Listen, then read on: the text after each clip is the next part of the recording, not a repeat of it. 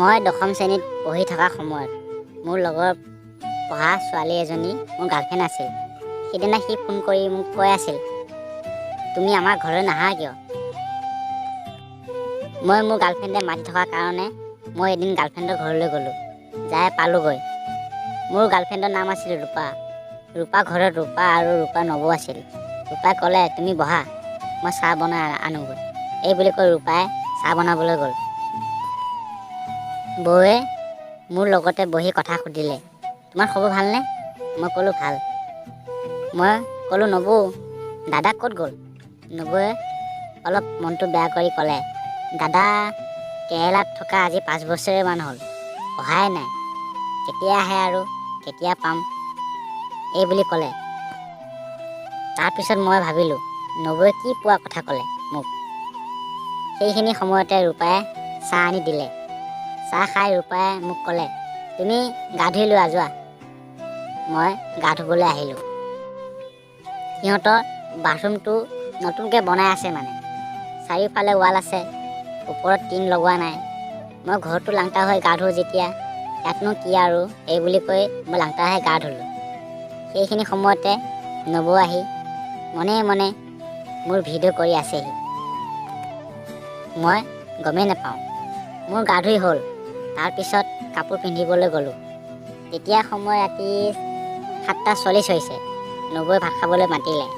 ভাত খাই অলপ মই বহি আছিলোঁ। নবৌয়ে ৰূপাক ক'লে, যোৱাচোন তুমি ৰুমবোৰ চাফা কৰাগৈ, এতিয়া শুব টাইম হ'ল। নবৌয়ে মোৰ ওচৰতে বহি ক'লে, তোমাৰ বাৰীডাল মজা আছে। মই ক'লোঁ, নবৌ আপুনি কি কথা কৈছে? মই ৰূপাক মাত দিলোঁ, ৰূপা ৰূপা তুমি ক'ত আছা? তেনে মাত দি থাকোঁতে নবৌয়ে মোক থপকৈ মুখত সোপা মাৰি ক'লে, বেছি চিঞৰি নাথাকিবা, নহ'লে ভিডিঅ' ভাইৰেল কৰি দিম। তেনেকৈ মোৰ মুখৰ পৰা হাত আঁতৰাই দিলে। মই ক'লোঁ, কি ভিডিঅ'? নবৌয়ে চাবলৈ দিলে ভিডিঅ'টো। তাৰপিছত ক'লে, ৰাতি তুমি মোৰ ৰুমলৈ আহিবা, নহ'লে তুমিতো জানাই। মই ভয়তে নবৌৰ ৰুমলৈ গ'লোঁ। গৈ দেখোঁ যে নবৌয়ে গোটেই গাটোত তেল লগাই লাংটি হৈ আছে। মই নবৌক দেখাৰ লগে লগে মোৰ বাৰী দাং খাই গ'ল। নবৌয়ে মোক টানি নি তাই গাখীৰকেইটা খাবলৈ দিলে। নবৌৰ গাখীৰকেইটা যে ইমান ডাঙৰ ডাঙৰ আছিল, মোৰ দেখিয়ে পাগল হৈ গ'লোঁ। নবৌৰ বুচখন বৰ টান হৈ আছিল। বহুত দিন চুদা নাছিল যে। তাৰ বুচখন প্ৰথম বাৰী সোমাওঁতে ফচ কৰি শব্দ কৰিছিল। বৌয়ে আহ কৰিছিল তেতিয়া। বৌয়ে ক'লে, আজি বৰ মজা লাগিছে। বহুত দিন পোৱা নাছিলোঁ, দাঙি দাঙি চুদা আজি।